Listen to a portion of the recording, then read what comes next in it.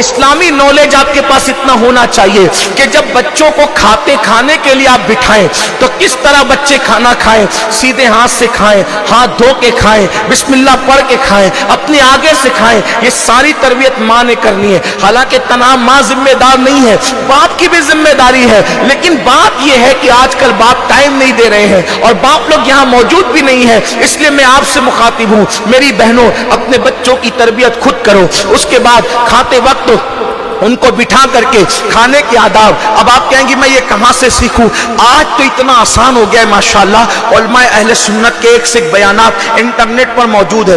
लाजिम कर लो, 1 घंटे का बयान रोजाना मैंने सुनना है। जिस भी खतीब को आप पसंद करती हो उलमाए अहले सुन्नत में से 1 घंटे का उसका बयान आप सुनो और फिर अपने बच्चों को वो वाकयात सुनाओ। सोते वक्त तोता मैना चिड़िया कौवे की कहानी सुनाने की बजाय रसूलुल्लाह के मौजज़ात सुनाओ, रसूलुल्लाह के गज़वात सुनाओ, रसूलुल्लाह के असहाब की कुर्बानियां सुनाओ, रसूलुल्लाह के अहले बैत की कुर्बानियां सुनाओ, करबला की दास्तान सुनाओ, गौसे पाक के वाकयात सुनाओ, गरीब नवाज के वाकयात सुनाओ, सैयद सालार मसूद गाजी के वाकयात सुनाओ, महबूब इलाही के वाकयात सुनाओ, ये बुजुर्गों के वाकयात सुनाओ। देखो बच्चे जो है वो स्कूल में पढ़ेंगे भूल जाएंगे, मदरसे में पढ़ेंगे भूल जाएंगे, लेकिन माँ से जो वो पढ़ते हैं, माँ की गोद बच्चे का पहला मकतब है, पहली दरसगाह है, पहला मदरसा है। अपने बच्चों को सिखाइए, इंशाअल्लाह आपके बच्चों के दिलो दिमाग के अंदर वो बात बैठेगी। देखिए बच्चे कैसे सीखते, एक बात आपको बताऊं, दलाइलुल खैरात शरीफ बहुत मशहूर किताब है।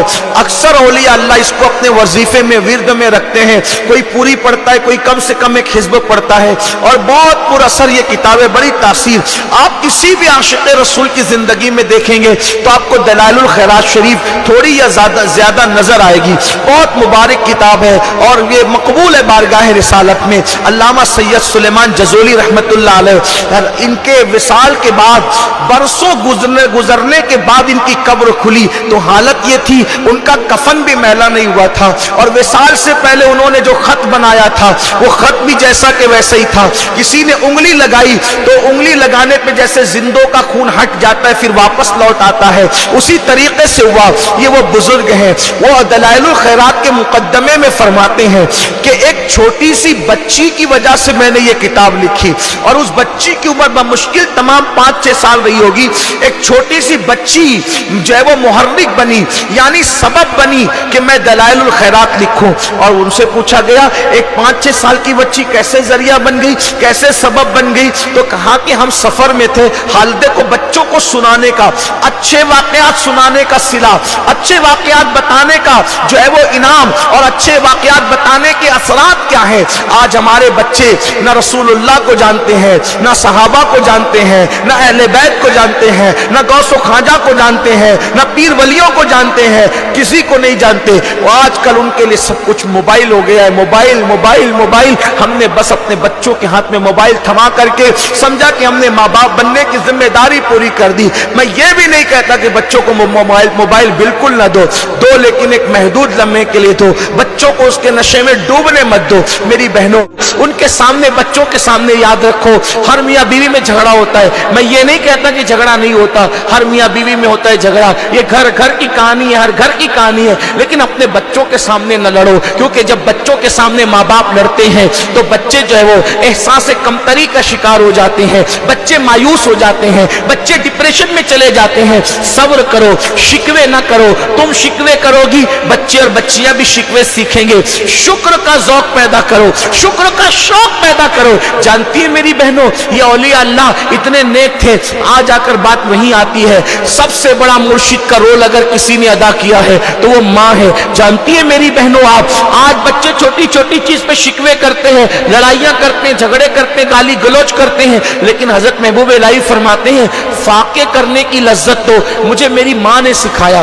फाका किसे कहते हैं? भूखे रहना, भूखे रहना। फरमाते हैं हमारे घर में 3-3 दिन का फाका होता, लेकिन कभी शिकायत नहीं होती। क्यों शिकायत नहीं होती? कि जब हमारे घर में फाका कशी होती तो माँ ये नहीं कहती कि आज फाका है, माँ ये नहीं कहती कि आज फाका है, बल्कि जब फाका कशी की नौबत आती तो माँ कहती बेटा आज हम अल्लाह के मेहमान हैं, आज हम अल्लाह के मेहमान हैं।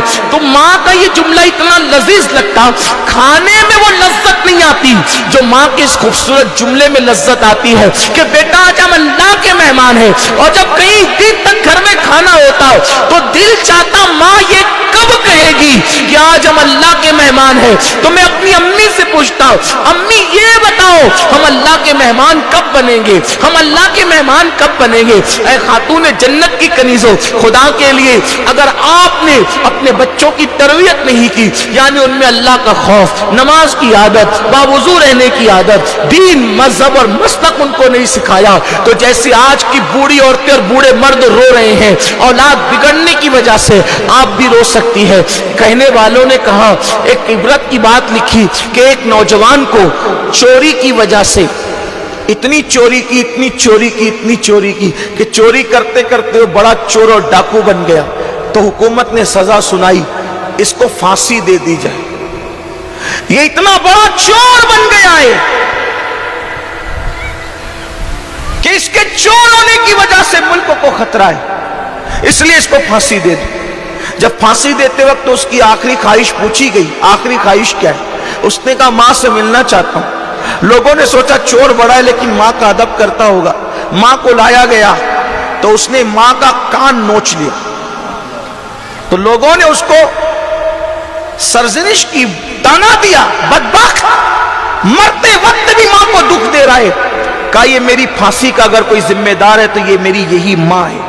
جب میں نے بچپن میں چھوٹی موٹی چوریاں کی تھی تو اس وقت میں اپنی ماں کی اسی کان میں آ کے کہتا تھا میں نے پیسے چرائے, میں نے سامان چرایا, میں نے یہ چرایا وہ چرایا.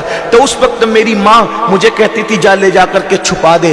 کاش اگر میری پہلی چوری پر میری ماں نے مجھے تماچا مار کر کے روک دیا ہوتا تو میں اتنا بڑا چور نہ بنتا. میری بہنوں, بچوں کی غلطیوں کو نظر انداز مت کرو. یہ سوچ کر کہ ابھی تو یہ بچہ ہے, گالی دے رہا ہے بچہ ہے, گانا گا رہا ہے بچہ ہے, ناچ رہا ہے بچہ ہے, نہیں, بلکہ اسے روکو,